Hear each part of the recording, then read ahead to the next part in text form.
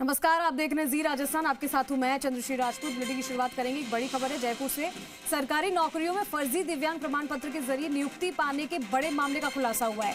SOG जांच में सामने आया है कि कई अभ्यर्थियों ने धोखाधड़ी करके दिव्यांग कोटे का लाभ लिया है और इसके बाद इन्हें एसएमएस हॉस्पिटल जयपुर में दोबारा मेडिकल परीक्षण के लिए बुलाया गया, लेकिन कई कैंडिडेट जांच में शामिल ही नहीं हुए।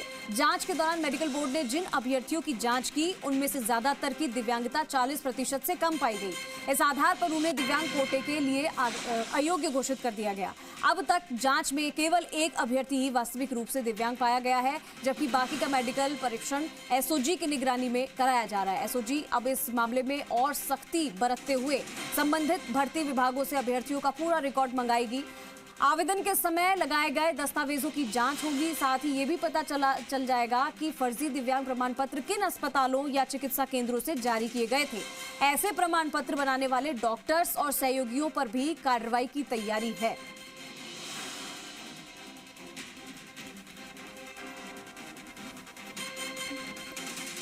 तो बड़ी जानकारी इस वक्त की आपके सामने।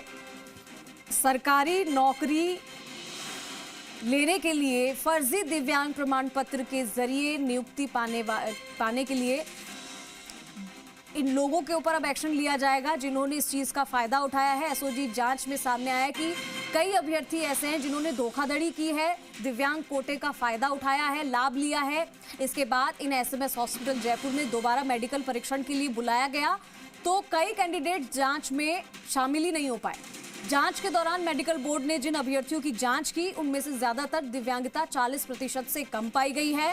इन आधार पर उन्हें दिव्यांग कोटे के लिए अयोग्य घोषित कर दिया गया है। अब तक जांच में केवल एक अभ्यर्थी ही वास्तविक रूप से दिव्यांग पाया गया है। आशुतोष हमारे सहयोगी हमारे साथ जुड़ चुके हैं फोन लाइन पर, तमाम जानकारी लेते हैं। आशुतोष, सरकारी नौकरियों में जो फर्जी दिव्यांग प्रमाण पत्र के जरिए नियुक्ति ली है उन लोगों पर अब एक्शन लिया जाएगा क्या? क्योंकि ये धोखाधड़ी है सरासर, क्योंकि दिव्यांग कोटे का फायदा उठाया गया है। जहां से इनको ये प्रमाण पत्र मिले थे, जिन्होंने ये सर्टिफिकेट बनाए थे, वो भी इस जांच के घेरे में आएंगे। क्या कुछ होगा?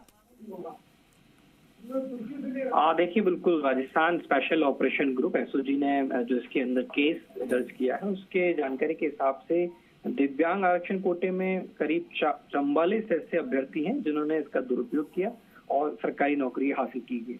इसमें डॉक्टर्स की मिलीभगत के साथ में फेक दिव्यांग प्रमाण पत्र बनवाए गए और इसमें जो डिजिटल आईडी का भी यूज किया गया है और इन्होंने इसका लाभ उठाया है। और जबकि वास्तविक दिव्यांग कैंडिडेट जो थे उससे वंचित रह गए, यानी कि जिनको लाभ मिलना चाहिए था। दोबारा मेडिकल जांच में जितनी भी जो आरोपी थे उसमें से 40% जो दिव्यांगता थी वो बेहद कम पाई गई, जिससे वो अयोग्य साबित हुए थे। अब इन तमाम जो धोखाधड़ी करने वाले लोग थे इनको एसएमएस हॉस्पिटल में मेडिकल बोर्ड गठित किया गया था, उनको दोबारा मेडिकल जांच के लिए बुलवाया गया था। तो इनमें से ज्यादातर जो आरोपी थे उनकी दिव्यांगता जो है वो 40% से कम पाई गई है और इसी तरीके से वो पूरी तरीके से जो अयोग्य हैं वो ठहराए गए हैं और सभी के खिलाफ में जो मुकदमा है वो दर्ज किया गया है। अलग अलग भर्तियों में हुआ है। देखिए, रीट भर्ती परीक्षा 2022 लेवल 1 और 2 की बात करें, वरिष्ठ अध्यापक सीधी भर्ती परीक्षा 2022-23 की बात करें, स्कूल व्याख्याता की बात करें, एएनएम भर्ती सीधी भर्ती 2023 की बात करें, कृषि पर्यवेक्षक की बात करें, तो 27 शिकायतें मिलने के बाद एसओजी हेडक्वार्टर जो है वहाँ पे हेल्पलाइन पे कई 27 शिकायतें मिली थी, जिसके आधार पे सभी कैंडिडेट का एसएमएस में दोबारा से एक रीचेक करवाया गया था और अब इन सभी के खिलाफ एफआईआर दर्ज की गई है। इसमें हंजू गुजर है, तगाराम है, किशोर सिंह है, महेश कुमार जीतरवाल है, लोकेश नरेश, ऐसे तमाम 44 के आसपास ऐसे अभ्यर्थी हैं जिनके खिलाफ मुकदमा दर्ज किया गया और संभवतः एसओजी जल्द इसमें जांच कर इनकी गिरफ्तारी करेगी। ठीक है आशुतोष, शुक्रिया आपका तमाम जानकारी के लिए।